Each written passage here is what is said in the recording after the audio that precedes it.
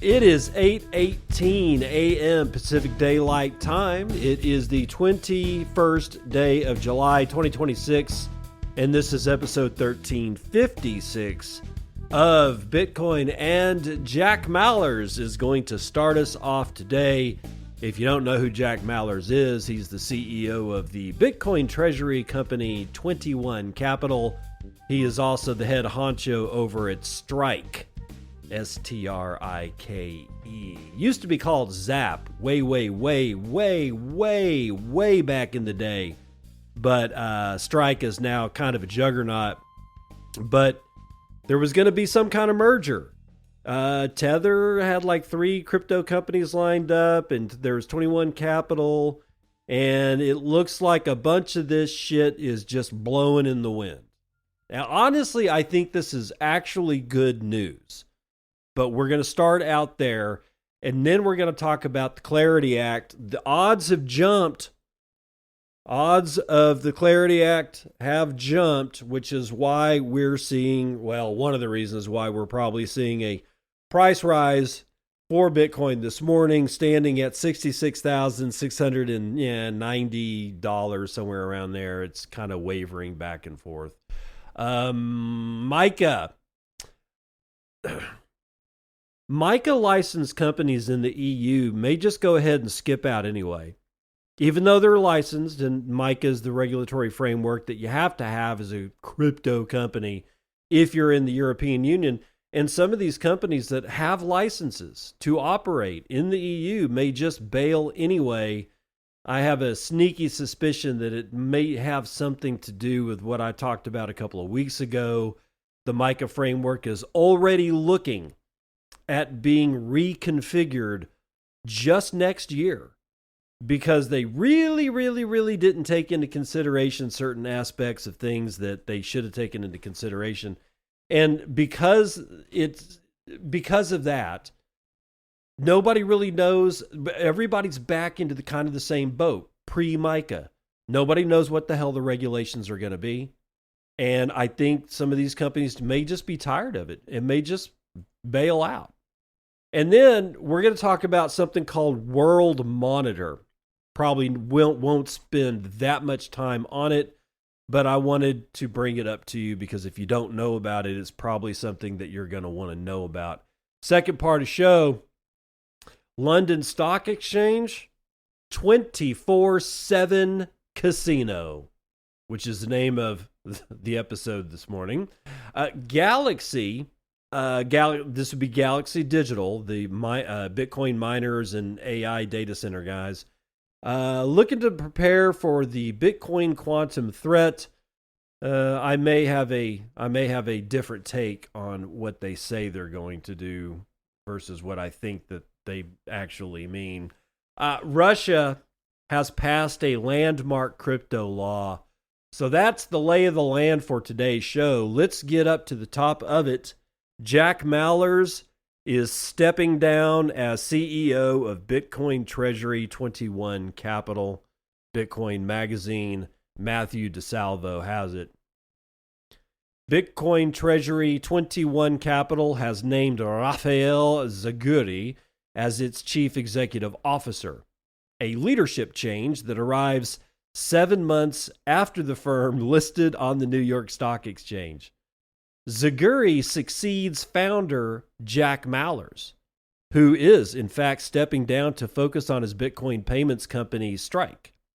Speaking on the transition, Mallers said, "I'm grateful to everyone at 21 and everyone who believed in what we built. Serving Bitcoiners has always been the mission, and that doesn't change. Strike is where I carry it forward."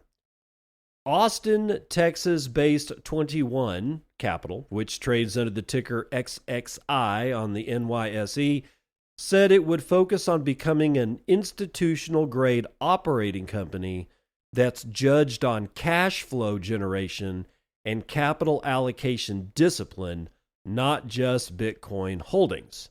It added that it would build and acquire high-quality operating businesses that leverage 21's balance sheet while maintaining disciplined capital allocation at the parent company and create a long-term ownership model inspired by Berkshire Hathaway. Quote, my job is to build the operating company around 21 with the discipline, governance, and executional rigor of an institution, Zaguri said in a statement. Quote, I believe our business will perform best when we also focus on the cash flow we generate and the rigor with which we allocate capital, not only by the Bitcoin we hold, end quote. The firm, the product of a joint effort by Tether, Bitfinex, Cantor Fitzgerald, and SoftBank, is the second biggest public Bitcoin treasury according to BitcoinTreasuries.net, with a total of 43,514 Bitcoin, or about $2.8 billion in Bitcoin at today's prices. It debuted last year through a SPAC, S-P-A-C, merger with Cantor Equity Partners, a blank check company affiliated with financial services firm Cantor Fitzgerald. Quote, 21 was built by Bitcoiners for Bitcoiners. During my role as CEO, we defined a vision for a Bitcoin native financial enterprise. As I focus my efforts fully at Strike, I look forward to watching the next phase of growth at 21, Mallers said. The companies behind it are a mix of traditional finance giants and crypto companies. Tether is the biggest issuer of stablecoin, and Bitfinex is a crypto exchange. SoftBank is a Japanese multinational investment holding company, and Cantor Fitzgerald is a Wall Street firm previously headed up by U.S. President Donald Trump ally and Secretary of Commerce Howard Lutnick. Zaguri founded and leads the team behind Electron Energy, a large-scale Bitcoin mining and infrastructure business. Before that, he held roles as a managing director at Deutsche Bank and Merrill Lynch and as a vice president at Goldman Sachs. He also co-founded OpenCo, at one point among Brazil's largest fintech lenders. The change at the top comes with a shift in deal strategy. In April, 21 had floated a plan to consolidate the firm, Strike, and Electron Energy into a single Bitcoin native platform spanning financial services, mining infrastructure, capital markets, and treasury. According to Bloomberg, that deal has been scrapped. 21 confirmed that Strike will now remain a standalone business and is out of the running for a merger. All right, so that's the end of the article. Let's start right here at the bottom of this article where they've scrapped plans for this massive merger. I think that 21 and Electron Energy are also not going to consolidate. I don't think it's just that Strike is going to be the only standalone. I think this entire deal got blown out of the water because of the bear market. Sentiment across the board is bad. Treasury companies are not doing well. None of the preferred dividend-paying stocks, derivative thingies that are based on Bitcoin, like from, what was it, Strive and Strategy, they can't keep their peg. Strategy's STRC is down at like 87. It cannot peg to 100, and it hasn't been able to peg back to 100 for a while. I mean weeks at this point. Strive, on the other hand, had been pegging to its, I can't remember what its par value is, but I think it's also at 100, but they can't get their shit back together or back up there either. They're sitting at like 97, 96, which I guess is better than STRC, but they can't do it either. Because the wind got sucked out of the sails by a couple of things. You got the October 10th deal of last year that started the downward price spiral for Bitcoin. But then you started seeing, holes start opening up in Strategy. They said that they were never going to sell Bitcoin, and then they sold 32 Bitcoin, and that caused another tumble, probably even worse than the tumble from October 10th. And then they sold like a whole bunch of Bitcoin. And now they've gone 2 cycles or 2 weeks in a row of just selling MSTR stock to, I guess, suckers. I stay away from all this stuff. If you want exposure to Bitcoin, just buy Bitcoin. You can do it. Anybody can. That's the beauty of it. If you're just an individual dude walking around, you can have Bitcoin. If you're a pension fund, then you've got regulatory issues going on, and some can and some can't. I think most still can't. But that's not my audience. My audience is you. You do not need Strike, Strife, Stretch, whatever. I can't remember all the names of it. You also don't need Strive. You don't need MSTR. You don't need any of it. Just buy the Bitcoin. And what's beautiful about it is that you can use Jack Mallers' company, Strike, to buy Bitcoin directly from your bank account because they do that. You can do all kinds of neat shit with Strike. So here's another thing about this whole problem is that, well, it's not a problem. The whole issue behind these treasury companies is something that I've always had a problem with, especially with strategy, is that, well, how does your company cash flow? Because you can't just sit on a pile of money, whether it's Bitcoin or not. Bitcoin's the better money to sit on if you got to sit on money, but you can sit on cash. And even Saylor himself was one of the first people to say that sitting on cash is like sitting on a melting ice cube. And yet he's sitting on $3.2 billion in cash. Because I guess, well, was it it's either 3.2 or 2.8, I can't remember which, but he's sitting on a pile of cash as well as a huge pile of Bitcoin. But his business interest, his software business isn't generating that much income, and if any at all, because I never hear anybody talk about what their products actually get. So when it comes to 21, when they say things like focus on becoming an institutional grade operating company that's judged on cash flow generation and capital allocation discipline, and the whole thing about create long-term ownership that is a model inspired by Berkshire Hathaway, this sounds good. It sounds good because Berkshire Hathaway made their biscuits by buying undervalued companies that were well managed, that always had positive cash flow. It was like two things that Warren Buffett was always looking for. One or three things. Undervalued company with good management that has positive cash flow. Those three things. If he could find a company with those three things, he'd either buy part of it, most of it, or all of it. And Berkshire Hathaway, it works. It works because they don't have to fiddle with management because they are looking for companies that are managed well. They have positive cash flow. What more could you want, dude? Especially if it's undervalued. And 21 said that they sought to do the exact same thing. Who does that sound like? It sounds like Orange Juice, which is Jeff Booth and Lynn Alden's outfit, along with, a few other people. I have a sneaky suspicion that Jeff Booth and Lynn Alden's Orange Juice is more serious about following the Berkshire Hathaway model than 21 is, and that's why I think this is good news. I think Jack Mallers found himself in a situation that he didn't want to be in. And I don't know, it doesn't have to necessarily be that Jack Mallers found himself swimming with a bunch of sharks, like the tether guys. Because I don't know if they're sharks or not, but it doesn't matter.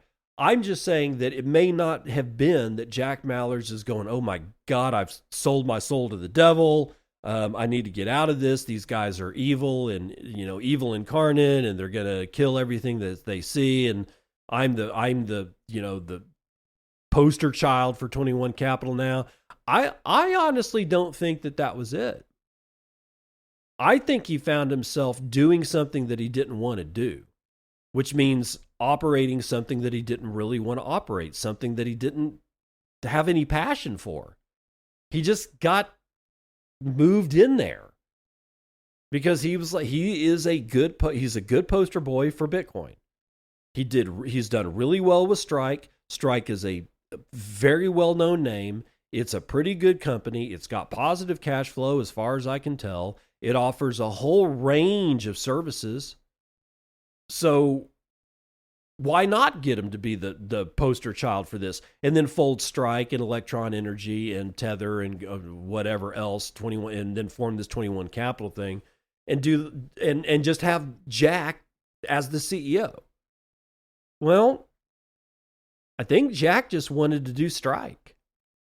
So I don't think that Jack going over to 21 or going back to Strike, I don't think it's indicative of some kind of utter and intimate and internal failure in this whole deal, other than the fact that the Bitcoin bear market clearly caused forces of nature to act on this thing that broke it apart. Because I don't think this thing is going to, 21 Capital is going to survive. I think their treasury is probably going to get bought by Saylor. In either event, and I have no proof on that either. I'm just a gut feeling. I just think that it's good news that we're starting to see the treasury companies that are going to fail start to fail. I really want this happening before another bull market, because we're still in a bear. Even though we've got some positive price action today, we're still in a bear market, and that's okay. It needs to last just long enough to completely destroy all of the companies, these Bitcoin treasury companies, that aren't put together in a structural way to be able to handle the shearing forces of this bear market. And it looks like 21 Capital is the first thing to blow apart. Jack Mallers also, here's his full statement on Twitter, just so that you know. From Jack Mallers' X account, he says, "I've decided to step down as CEO of 21. This wasn't an easy decision, but it was the right one. The experience brought tremendous clarity about who I am and what I want to build. My life's work remains Bitcoin. My Bitcoin company is Strike. The work continues." I think Jack did get clarity. I think that clarity came in the form of, I don't want to have anything to do with this shit. It's not what I want to do. I don't want to be, I don't want to wrangle cats. I want to build products that bring utility to the people that I love the most, other Bitcoiners. That's clear. There's clarity in saying that. That's why I think this is why I think that Jack just wanted to go back to Strike, because that is where he gets his movement in life from. When he says, my life's work remains Bitcoin, my Bitcoin company is Strike. I like that statement. And that's why I think that something knocked the living snot out of Jack when he got up into this realm of, mergers and very high powered, highly moneyed groups of people. And he's like, this party isn't for me, pal. He got some clarity. Speaking of clarity, odds jumped to 43% on Polymarket after unverified reports that President Trump agreed to ethics deal. CoinDesk Shara Malwa is writing this one.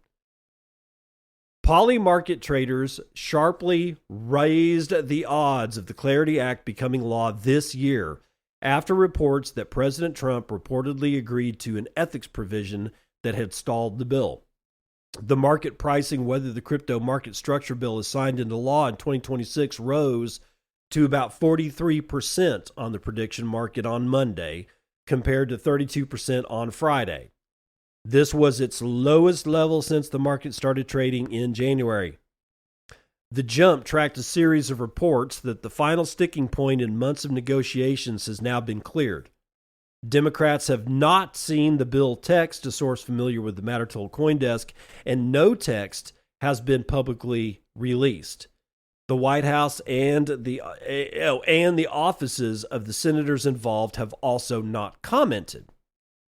Ethics has been the last major obstacle of the Clarity Act, which would create the first comprehensive federal framework for digital assets.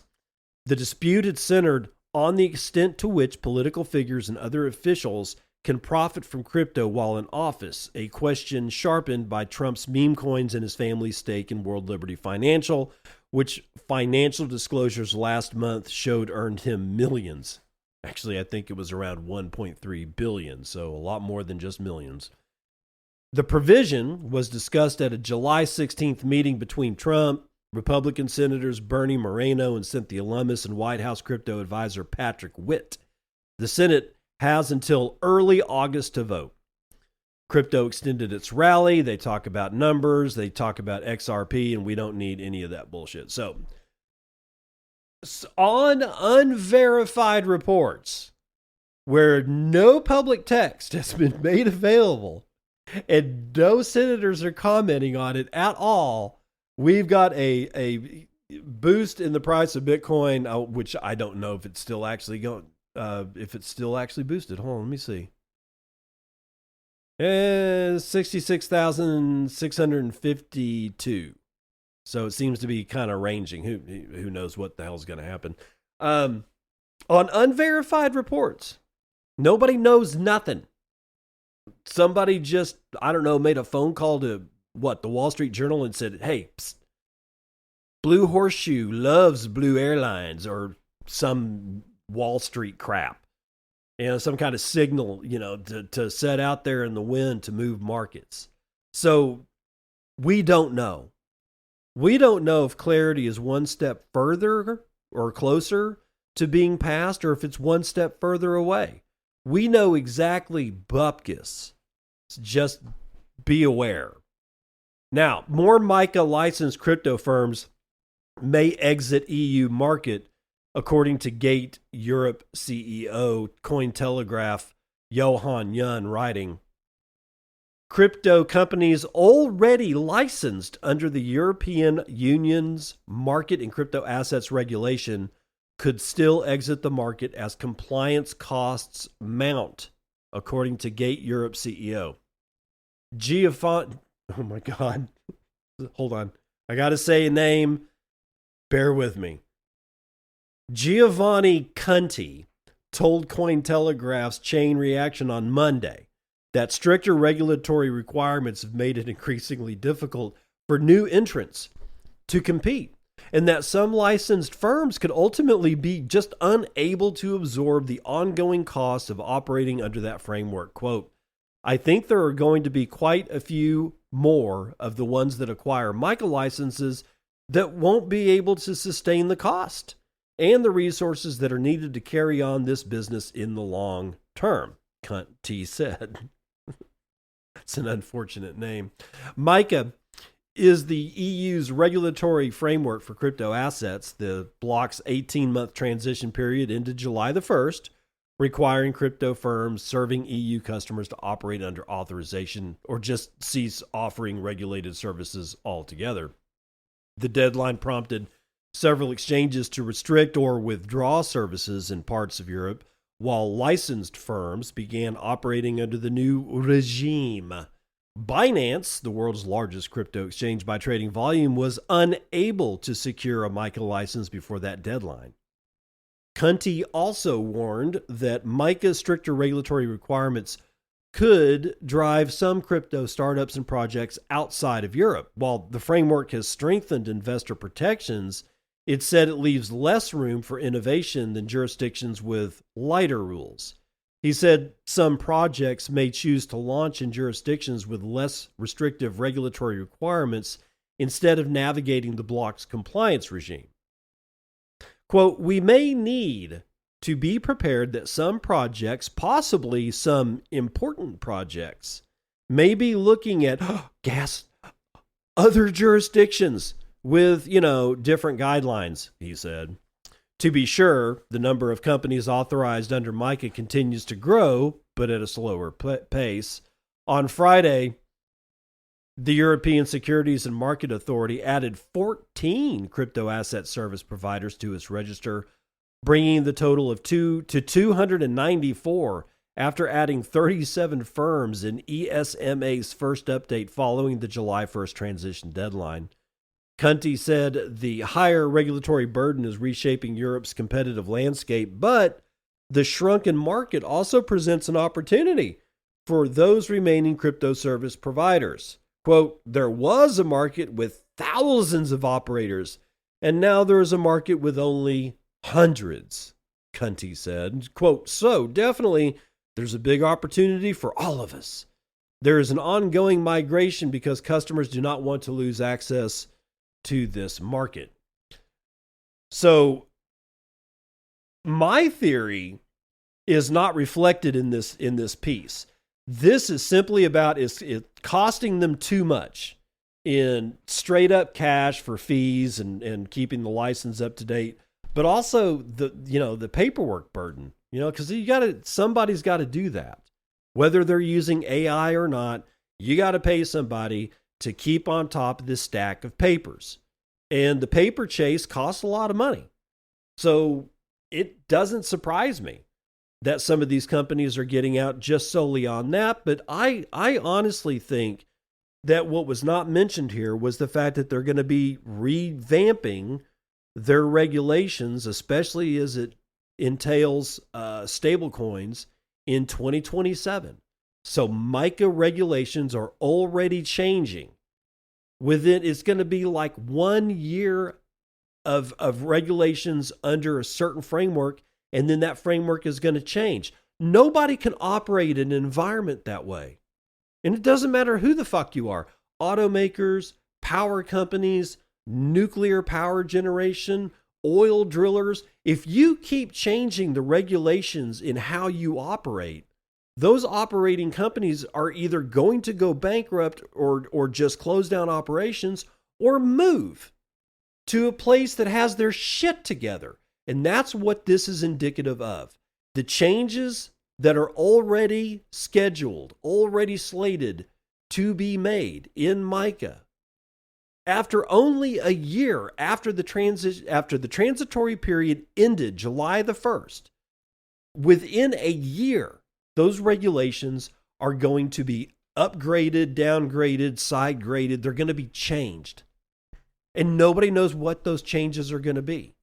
Why would you want to stay in the European Union if they don't have their shit together? That's what it looks like to me.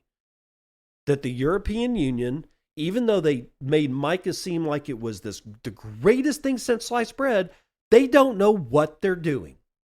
And nobody wants to operate in an environment where the regulatory regime has no fucking clue how to operate. I think that that's what's going on. I think that plus the cost of complying with the regulations that they already do know is problematic enough. They just don't want any more. You should probably spend some Bitcoin today. You should probably do it at galaxymind.space. Why? Well, Galaxy Mind itself is basically a place where you can go find merchants who sell their goods and services in Bitcoin. It's just like the Circle P, except it's on the web, right? It's galaxymind.space. That's galaxymind.space. You can go find up to 125 merchants accepting Bitcoin so far. There's these people are in 20 different countries, and 2 brand new vendors were added to galaxymind.space today, or well, at least over the last week. You can go find all kinds of stuff. I can go, let's see, arcade, instruments, what else can I get to spend? We go to the vendor directory. It's not doing anything. Hold on. Here we go. Vendor directory. You can go to BTC OG Maxie's storefront and get apparel. Lady Laurette also has apparel. Let's see. There's apparel. There's lots of apparel because a lot of people make swag. But when I get down here, I get to some other vendors that have things like food, like Great Ghee is in here somewhere. I know Great Ghee is in here. But like Leathermint is also here. Panties for Bitcoin is also here. FOMO21, and all of these people take Bitcoin. So you can go directly to a vendor. I'm going to go to BTC OG Maxi. I'm going to go to, let's see, where is his? I can go view him on X directly from galaxymind.space. And then I can go directly to his website from there. All of this is brand new. So what we're trying to do is figure out a way for plebs just like you to be able to spend your Bitcoin on, like in this case, BTC OG Maxi sells premium Bitcoin sunglasses. If you want to wear swag, I'm one of the people that says, hey, look, you might not want to do that. But BTC OG Maxi sunglasses they're not outlandishly, hey, I have Bitcoin. They're good looking sunglasses, and it's not, there's a lot of Bitcoin symbology on the inside of the glasses, on the sides of the frames on the inside, not so much on the outside. And that tells me that vendors like BTC OG Maxi are looking out for you, and you can go find them on galaxymind.space. That's galaxymind.space. Go there, spend your Bitcoin. And everywhere that you shop, make sure you use, if you can, code Bitcoin and, just to see if some of these vendors understand that I made a sale for them here on the Circle P, and maybe they search me out and try to get me back with sats on the other side, because that's how the Circle P works. On to World Monitor. This is interesting. Koala 73, Koala 73, has built something called World Monitor. So what does it do? It has 5, and I'm reading directly from the GitHub README, okay? 500 plus curated news feeds across 15 categories, AI synthesized into briefs. A dual map engine, a 3D globe, and WebGL flat maps with 56 map layer types. Cross-stream correlation of military, economic, disaster, and escalation signal convergence. Country instability indexes server authoritative C2V8 stress scoring for 31 Tier 1 countries. There's a finance radar. You can monitor 29 different stock exchanges, commodities, crypto, and 7 signal market composite. It's got a local AI on it. It's got 6 variants from a single code base. It's got native desktop app for Mac OS, Windows, and Linux, and 25 languages with native language fees and RTL support. Look, who am I thinking of? Not Oracle. Oh my God. I'm having a day today. Hold on.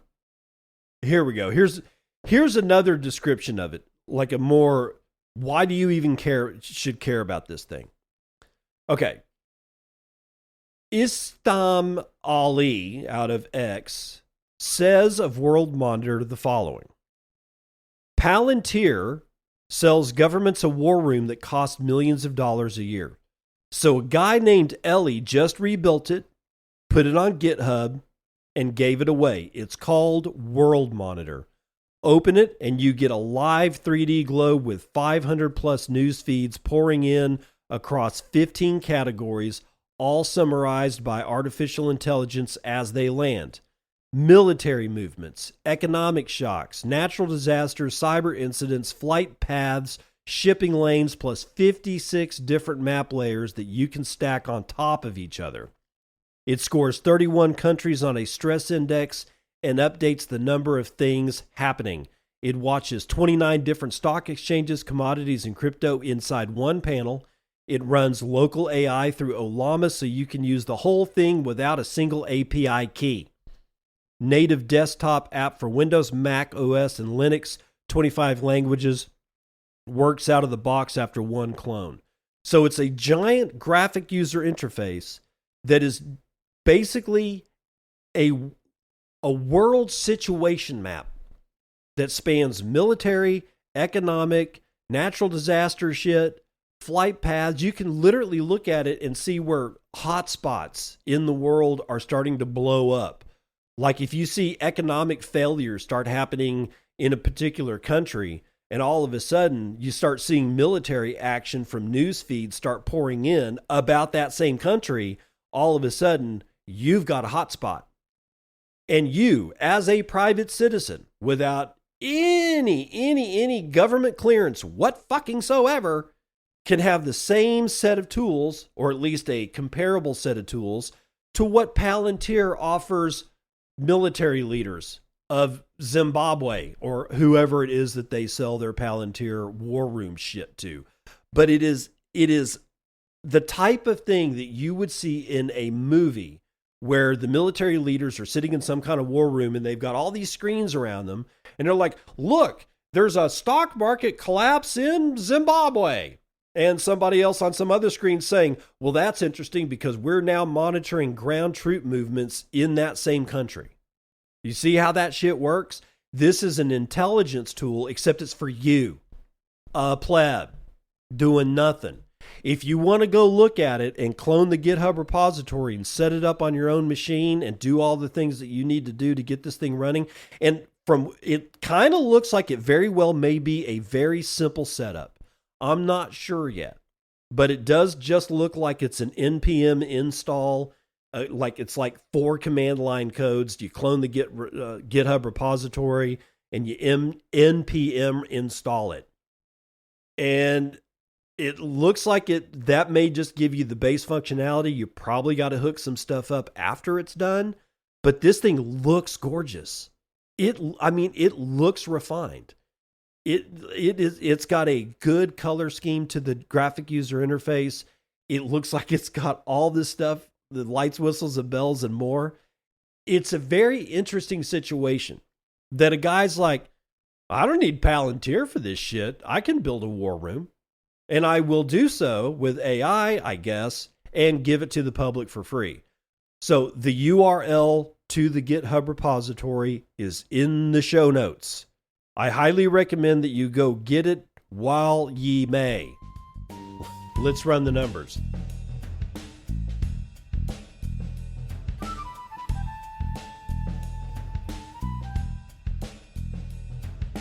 CNBC futures and commodities. Brent North Sea up 2.7% to 91.63 a barrel. West Texas Intermediate up 2 3/4 to 85.50 a barrel. Natural gas not a hedge today. It's up almost a half to 287 per thousand cubic feet, and gasoline is up 0.8% to $3.41 per gallon. Murban crude is up almost 5 points to 85.79 a barrel. And metals, generally speaking, you would think that they'd be going down when energy is going up. This is not the case. Metal futures are all in the green. Palladium up almost a point. Gold up 1.5 points to 4,079 1 dime. Platinum is up just over 2%. Silver is up 3.8 to 59.22 per ounce, and copper is up 3.17%. Ag is fully mixed today. The biggest winner is cotton, 1.72% to the upside. Biggest loser is wheat, 0.59% to the downside. Live cattle up 0.11. Lean hogs up 0.7. Feeder cattle down a half point. S&P is up 0.75 point. NASDAQ is up 0.75. The Dow is up 0.75 point, and the S&P Mini is also up 0.75 point. And then there's Bitcoin at $66,680. That's a $1.34 trillion market cap. We can get 16.4 ounces of gold with our one Bitcoin, of which there are 20,059,235 and a half of. Average fees per block are slightly high, 0.03 Bitcoin taken in fees on a per block basis. There are about 45 blocks carrying 86,000 unconfirmed transactions waiting to clear at high priority rates of 2 sats per VByte. Low priorities will get you in at 0.6. Hash rate is holding above 900 exahashes at 904 exahashes per second. That's more security on the Bitcoin network than I know what to do with. If you want to support the show in fiat terms, go to bitcoinandshow.com. That's bitcoinandshow.com. I try to put together 2 to 3 times a week one of the shows and condense the whole show down into a few points. I write, a few paragraphs about it. I get some art. I've got, the link to the actual show if you want to listen to the whole thing or give it out to a friend. And you can support the show. You can get a free tier and, you get everything. You can also get everything by giving me $5 a month. You can get everything by giving me $50 a year if you so choose. So there's 3 different tiers. Everybody gets the same thing. And it's just a way that people that want to support me, but just go to bitcoinandshow.com. And if you got to use fiat, then use fiat at bitcoinandshow.com. If you want to use Bitcoin, podcasting 2.0, podcasting 2.0, podcasting 2.0. It's the newest, greatest, latest technology. All the kids are getting into it, ladies and gentlemen. And if you don't have a podcasting 2.0 app, that means that you're using shit like Apple Podcast and other legacy podcast apps. Dude, get in the now. Man, it's like you're using stuff it's 15 years old. Dude, stop doing that. You get chapters, you get chapter art, you get transcripts, you get all kinds of stuff with podcasting 2.0 and the ability to support directly your favorite podcaster. But you can stream us Satoshis as you're listening to the show. You don't have to, but you can set that up in any podcasting 2.0 app because they're all Bitcoin enabled. And as far as I know, none of them use shitcoins. And there's like 10 podcasting apps in podcasting 2.0. There's a lot of other stuff in podcasting 2.0, but like your podcast player, there's like 10 of them, and all of them use Bitcoin. None of them use shitcoins, at least none that I know of. And you can stream me Satoshis directly while you're listening to the show. Or you can boost me a whole bunch of Satoshis all at once and leave me a note. And if you do, I'll read it on the air. Just like these from Honky Lips, yesterday's episode of Bitcoin and Jub sent me 1,123 Satoshis. And he says, mana mana. Nick Dose with 245 sats says, cheers. Right back at you. Noster Gang with 101 sats says, thanks. See, those are boosts. It's not streaming Satoshis, but they are boosting the show and they are giving me Satoshis. It's coming to my Lightning node that I keep control of. I'm not using a third party to do that. When Jub sent me 1,123 sats, I got that shit on my node. My node is about 15 feet away from me in the same house. I control it. I look at it. I'm the one that sets it up. I don't use a third party to handle my Bitcoin. So when you send me Bitcoin directly through Podcasting 2.0, I get it directly through Podcasting 2.0. That's the weather report.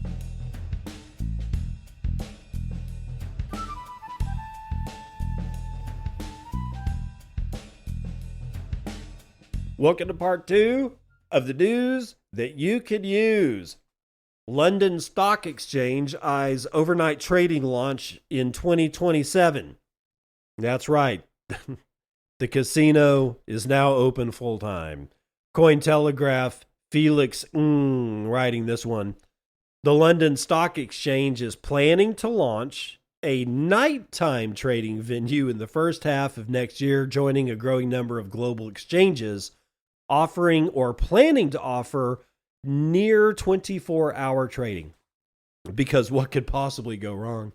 According to a report from the Financial Times, the LSE's new venue will operate separately from its main market and run from 5 p.m. to 7:50 a.m. London time. It will initially offer access to exchange-traded products such as those tracking the UK and US stock market. The main market will continue to operate under standard hours, 8 a.m. to 4:30 p.m. LSE CEO Julia Hoggett told the FT that there was an increasing appetite from retail traders to use London, given our particular time zone, to gain exposure to not only UK assets, but global assets. That's the whole article right there. That's all we need to know. What surprises me is that they're doing a whole different venue for it. What I think is going to happen is those venues will collapse and the London Stock Exchange will just be operating 24/7. And they won't be the only ones. Every single global market is going to go 24/7, 365. And again, I ask, what could possibly go wrong? Okay, Galaxy Digital, who recently bought naming rights to Jones Stadium at my alma mater, Texas Tech University, is committing $5 million. Ooh, man, that's a big spender there, pal. To prepare Bitcoin for quantum threat. I think there's ulterior motives here, but let's do this first. Guillermo Jimenez out of decrypt.co. Galaxy Digital on Tuesday launched a Bitcoin quantum-readiness initiative, pledging up to $5 million in developer grants, a research program, and a brand spanking new advisory council to help harden the network against the eventual arrival of powerful quantum compute. The NASDAQ-listed firm said the multi-pillar effort will fund work on post-quantum cryptographic solutions, publish analysis through Galaxy Research, and convene a quantum advisory council whose inaugural members include University of Calgary Professor Barry Sanders, MIT Sea Grant Noose Fellow Damien Barub, and Boston University computer science professor Aaron Tromer. Galaxy said it expects to begin accepting grant applications immediately. Quote, as leaders in the digital asset space, we believe it's important that we help be part of the solution to any potential threat quantum computing poses to Bitcoin, said Mike Novogratz, founder and CEO of Galaxy. That is a weird sentence. We believe it's important that we help be part of the solution to any potential threat quantum computing poses. We help be part of the solution. That is funky, man. The initiative targets what researchers call Q-Day. Old and reused addresses are most at risk. Defenses under discussion include migrating funds to quantum-resistant addresses and adopting new signature schemes through proposals like BIP360 and BIP361, though such upgrades could take years, given Bitcoin's decentralized governance. The launch lands amid an accelerating warning cycle. A May report from quantum security firm Project 11 concluded bullshit. It concluded exactly bullshit because Project 11 is Nick Carter's outfit, and Nick Carter has proven himself to be, well, a grifter and somebody who's basically just glommed on to Bitcoin to make himself known, be able to grow a porn star mustache, get a lot of money, and launch basically Project 11 out of, what was it, Castle Island Ventures or something. What I'm getting at is that the Project 11 report is complete bullshit. It was bullshit in May, it was bullshit in June, and it's still bullshit. But there was another report. Coinbase's Quantum Advisory Council urged developers begin migration work rather than debate timing, pegging vulnerable supply at about 7 million BTC. That same month, Donald Trump signed 2 executive orders advancing U.S. quantum capabilities and moving the federal deadline for post-quantum cryptography to December 2031. More recently, Project 11 on July 16th unveiled a technique to let users prove wallet ownership after Q-Day by verifying control of parent keys, yada, yada, yada. Let's get back to Galaxy. Come on, I don't care about Project 11. It's all, again, Project 11 is something that you should not be listening to. Galaxy said preparing Bitcoin for quantum compute will require coordinated efforts across the ecosystem. Quote, there's a gap between the quantum computing world, which is moving fast, and the Bitcoin development world, which is just beginning to engage with post-quantum cryptography in earnest, Galaxy Research head Alex Thorne said in a statement. Quote, Galaxy's role is to bridge that gap through research that makes the threat legible to investors and policymakers, as well as grants that fund the developers doing the hardest technical work. $5 million is nothing. It is nothing. You can fund for 1 year 50 moderately skilled developers to the tune of $100,000 a year. If my math is right, and I hope I'm not embarrassed, I think that would be about right. You can get 50 moderately skilled developers, because high-skilled developers they're commanding $250,000 a year at some companies. To get somebody to work on Bitcoin for anything underneath that, you're going to have to at least remain in six digits. So for 1 year, 50 people. I honestly don't know what that's going to do. I think $5 million is just to get Galaxy Digital into the Bitcoin development game. And I think that the ulterior motive, and I don't know if there is one, maybe Galaxy Digital is completely above board.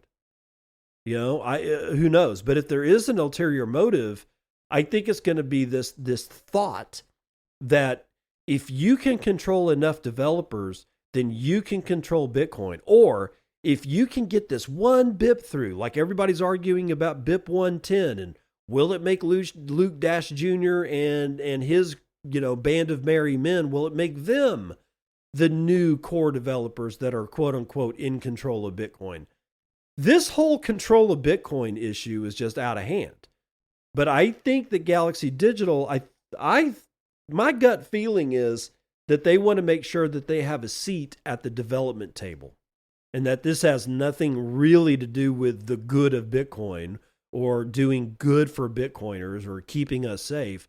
I think they want a piece of the development pie, and I don't think $5 million is going to do it. On to Russia, who has passed a landmark crypto law setting state-run rails for sanctioned trade.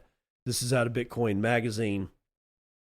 Russia's State Duma passed a law on Tuesday that regulates the circulation of crypto and digital rights for the first time, a framework that sets rules for crypto exchanges, digital depositories, and investors, while it opens a state-supervised channel for cross-border trade. Lawmakers cleared Bill 1194918-8 on digital currency and digital rights in its second and third readings, the final stage in the chamber, according to semi-official Russian news agency TASS. The measure heads to the Federation Council and President Vladimir Putin for a signature, a process expected to take 2 more weeks before the law takes effect. It caps a sweeping regulatory push that has moved through Parliament across the year. The law doesn't turn Bitcoin into money a Russian can spend at the store. The ruble stays the sole lawful currency for goods and services inside Russia. The ban on crypto payments still holds, and a bar on advertising that promotes such use holds with it. What the law does do is grant crypto a legal identity and a set of gates. It recognizes digital assets as property, licenses the firms that handle them, lets investors buy within set limits, and clears crypto for use in foreign trade. In plain terms, Russia is not freeing crypto for daily life. It is merely bringing crypto inside the state's fence where the government can watch it, tax it, and steer it toward the uses it wants. That's all we need out of this. There's some more to the story, but we don't really need it. They're not making Bitcoin legal. They just want to make sure that they've got it corralled. However, in so doing, they've essentially said, hey, Bitcoin is property. And that is important. So now Russia, one of the, well, I don't know if Russia is still considered a superpower or not. I kind of do. I kind of think it boils down to Russia, China, and the United States. That's sort of how I see that there's three superpowers in the world. I still include Russia as part of that. But even if they weren't, they still have a massive landmass, and they've got a pretty sizable population, and they've got a pretty sizable military. But they have actually said to the world that even they think Bitcoin is property. I think that's a really, really important matter to discuss. So anyway, that's really all we need to know about what's going on in Russia. The only question left is, will Vladimir Putin sign it? He said he would. Putin said he was going to sign this thing, and it's done. It's passed all the hurdles that it can pass in the Russia State Duma. So its last stop is, to get it executed by Vladimir Putin and whatever, problem that they've got some kind of issue because they've got they're saying it could take up to 2 weeks. But that's it. It's Vladimir Putin's either going to sign it or he's not going to sign it. If he doesn't sign it, it falls dead. So it still needs to be, we still need to wait for it to actually become law. I think it's a good thing that at least Russia's saying, okay, it's property. It's not illegal to have it, but it's still illegal to use it inside of Russia because they will only allow the ruble to be used, which is not surprising. So that's it for the show today.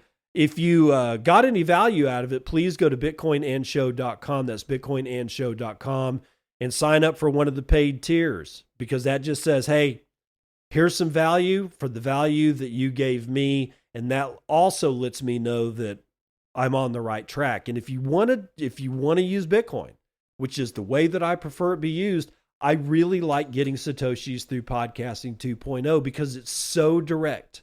It's a real visceral feeling when I go to my Lightning node and I see all the sats that I was able to stack every single episode. There's something about that that's really important to me. I can't really explain it any better than that, but there's two routes. You can support the show either via fiat through bitcoinandshow.com or through Podcasting 2.0 directly with Bitcoin. I'll see you on the other side. This has been Bitcoin and I'm your host, David Bennett. I hope you enjoyed today's episode and hope to see you again real soon. Have a great day.